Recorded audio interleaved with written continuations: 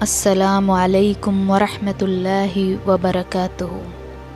پیارے دوستوں، پچھلی ویڈیو میں ہم نے یوسف علیہ السلام کا واقعہ پیش کیا تھا۔ چلیے آگے کی واقعے کو سنتے ہیں۔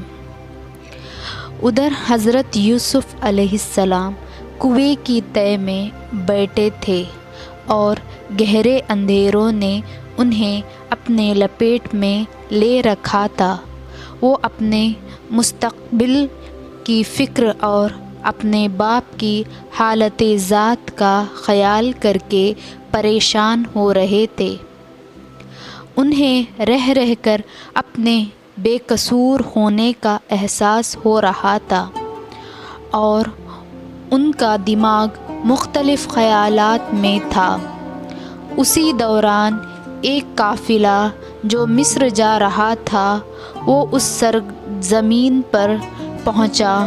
قافلے والوں نے وہاں پڑاؤ ڈال دیا اور اپنے ایک غلام کو پانی لانے کے لیے ایک کنویں پر بھیجا۔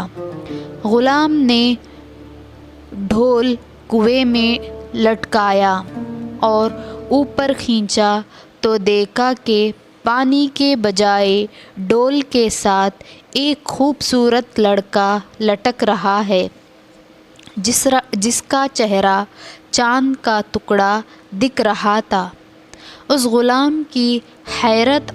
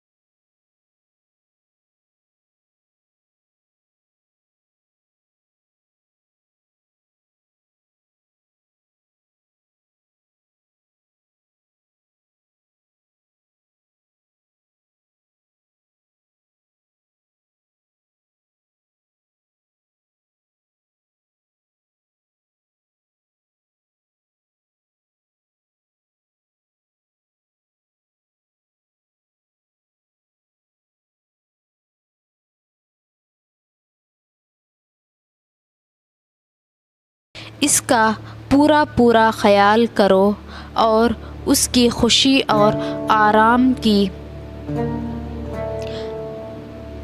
تمام مصائب مہیا کرو۔ مجھے امید ہے کہ وہ ہمارے لیے آئندہ سود مند ثابت ہوگا یا ہم اسے اپنا بیٹا بنا دیں گے۔ حضرت یوسف علیہ السلام کو عزیز مصر اور اس کے گھر والوں کے نظر میں بڑا بلند مقام حاصل ہو گیا۔ انہیں گھر کے تمام امور نیز غلاموں اور خدمتگاروں پر پورا اختیار حاصل ہو گیا اور ہر کام ان کے مرضی کے مطابق انجام پانے لگا۔ حضرت یوسف علیہ السلام عزیز مصر پوتیفار کے قصر میں پلے بڑھے اور جوان ہوئے۔ یوسف علیہ السلام خوب روح نوجوان تھے۔ جو بھی یوسف علیہ السلام کو دیکھتا ان کا دیوانہ ہو جاتا۔ جب عزیز مصر کی بیوی جس کا نام زلیخا تھا، اس نے حضرت یوسف علیہ السلام کا بے پناہ حسن دیکھا تو بے اختیار ان کے عشق میں مبتلا ہو گئی، کیونکہ وہ اس کے گھر میں ہی رہتے تھے۔ اس لیے جب بھی اس کی نگاہ ان پر پڑتی، ان کے سینے میں عشق کی آگ زیادہ شدت سے بھڑک اٹھتی۔ وہ لاکھ کوشش کرتی کہ بات کو اپنے دل اور دماغ سے نکال دے، لیکن وہ ایسا نہ کر سکی اور وہ ہر گھڑی یوسف علیہ السلام کی یاد میں گم رہتی۔ آخر اسے اپنے دکھ کا مداوا کرنے کے لیے اس کے علاوہ کچھ نہ سوجا کہ وہ یوسف علیہ السلام کا دامن پکڑ لے اور ان سے بھیک مانگے۔ چنانچہ ایک مناسب موقع پر جب کہ انہیں تنہائی میسر تھی، اس نے اپنے دل کی بات یوسف علیہ السلام سے کہہ دی، لیکن یوسف علیہ السلام کے جو خاندان نبوت کا جوہر تھے اور جنہوں نے دامن اسناد میں پرورش پائی تھی، انہوں نے اس کی طرف سے منہ پھیر لیا۔ اگرچہ یوسف علیہ السلام نے بھی انکار کیا، تب اس کی آگ اور بھڑکی تو اس نے اپنا مقصد حاصل کرنے کا ارادہ کر لیا۔ پھر ایک دن جب کہ یوسف علیہ السلام محل میں موجود تھے، عزیز کی بیوی وہاں آ پہنچی۔ اس نے محل کے تمام دروازے بند کر کے حضرت یوسف علیہ السلام کے باہر جانے کے راہ میں بند کر دی اور پھر ان سے وصال کی درخواست کی۔ جب یوسف علیہ السلام اپنے آپ کو اس کے چنگل میں گرفتار دیکھا تو وہ محل کے ایک کمرے سے دوسرے کمرے کی طرف بھاگنے لگے۔ وہ چاہتے تھے کہ کوئی دروازہ کھول کر باہر نکل جائے۔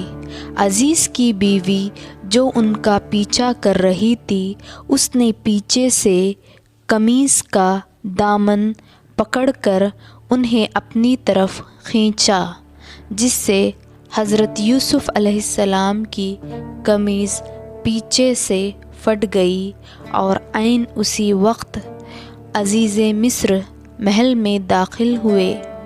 اس نے ایک ایسا منظر دیکھا، قریب تھا کہ وہ پاگل ہو جائے۔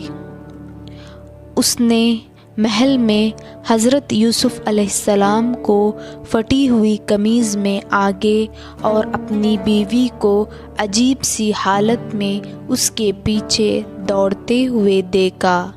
تاہم عزیز کی بیوی نے کسی گھبراہٹ کے بغیر معاملے کو ایک نئے رخ دے دیا اور حضرت یوسف علیہ السلام کو گنہگار ٹھہرانے کی کوشش کی۔ چنانچہ اس نے عزیز مصر کو مخاطب ہو کے کہا، اس کنعانی جوان نے احسان فراموش ہونے کا ثبوت دیا ہے اور تمہاری غیر موجودگی میں تمہاری عزت سے کھیلنے کا ارادہ کیا ہے۔ اب تم ہی بتاؤ کہ جو شخص تمہاری بیوی کے ساتھ زیادتی کرنے کا ارادہ کرے اس کی سزا اس کے علاوہ کیا ہو سکتی ہے کہ اسے قید کیا جائے یا سخت اذیت دی جائے۔ پاک دامن یوسف علیہ السلام جو ہمیشہ راز گوئی پر کاربند رہے تھے، انہوں نے اس موقع پر بھی حقیقت کا اظہار کیا اور کہا، اے عزیز مصر، اس عورت نے مجھ سے ناجائز فعل انجام دینے کی درخواست کی اور مجھے اپنی طرف کھینچا، لیکن میں اس کے طرف سے منہ پھیر کر بھاگ کھڑا ہوا اور گناہ کے ارادے پر رضامند نہیں ہوا۔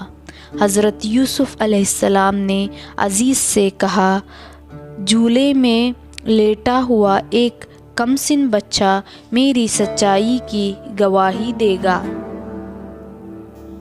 اللہ نے اس بچے کو قوت گویائی دی جس نے حضرت یوسف علیہ السلام کے حق میں شہادت دی۔ اس نے کہا، یوسف علیہ السلام کی قمیص کو دیکھو، اگر وہ سامنے سے پھٹی ہے تو یوسف گنہگار ہے، اگر پیچھے سے پھٹی ہے تو یوسف علیہ السلام سچے ہیں اور عزیز کی بیوی نے ناحق ان پر تہمت لگائی ہے۔ تب عزیز مصر نے دیکھا کہ یوسف علیہ السلام کی قمیص پیچھے سے پھٹی ہے۔ وہ سمجھ گیا کہ اس معاملے میں یوسف علیہ السلام کی کوئی خطا نہیں، لہٰذا اس نے یوسف علیہ السلام کو مخاطب کر کے کہا، اے یوسف، اس قصے کو یہیں ختم کر دو اور اس موضوع پر کسی سے گفتگو نہ کرو تاکہ لوگ ہمارے بارے میں باتیں نہ کرنے لگے۔ پھر وہ اپنی بیوی سے کہا کہ یہ تم عورتوں کے مکر کا کرشمہ ہے، بلا شبہ تمہارا فریب بہت بڑا ہے۔ جاؤ اور خدا کی بارگاہ میں توبہ و استغفار کرو کہ تم خطا کاروں میں سے ہو۔ اگرچہ عزیز مصر نے کوشش کی تھی کہ اس کے بیوی کے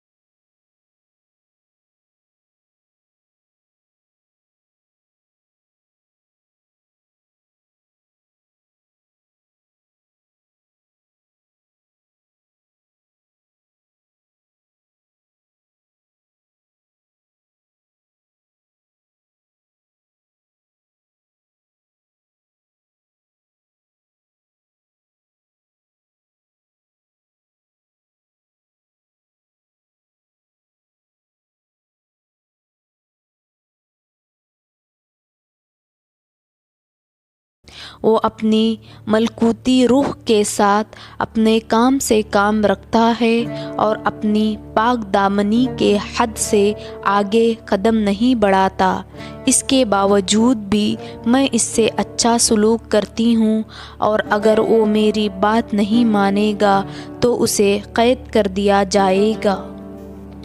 وہ دن گزر گیا تو عزیز مصر کی بیوی پھر سے یوسف علیہ السلام کو ورگلانے کی کوشش کرنے لگی، لیکن اس کی تمام کوششیں بیکار ثابت ہوئی، حتیٰ کہ وہ بالکل نا امید ہو گئی۔ حتیٰ کہ یوسف علیہ السلام بھی اس مصیبت کے ہاتھوں سخت پریشان تھے۔ وہ عورتوں اور خاص طور پہ عزیز کی بیوی سے اللہ کی پناہ مانگتے تھے۔ بلا شبہ مومن ہر حال میں اللہ کی پناہ مانگتا ہے اور اسی سے مدد طلب کرتا ہے۔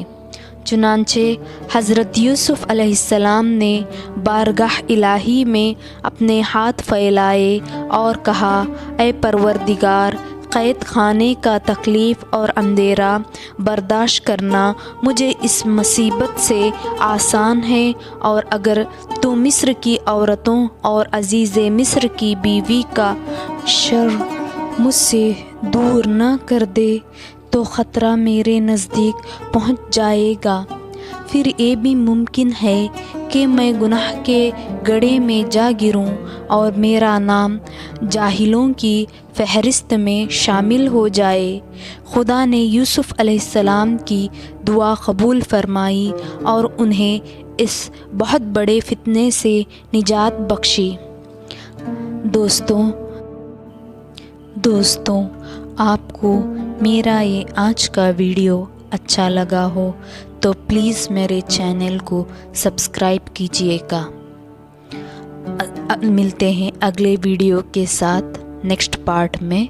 السلام علیکم ورحمۃ اللہ وبرکاتہ۔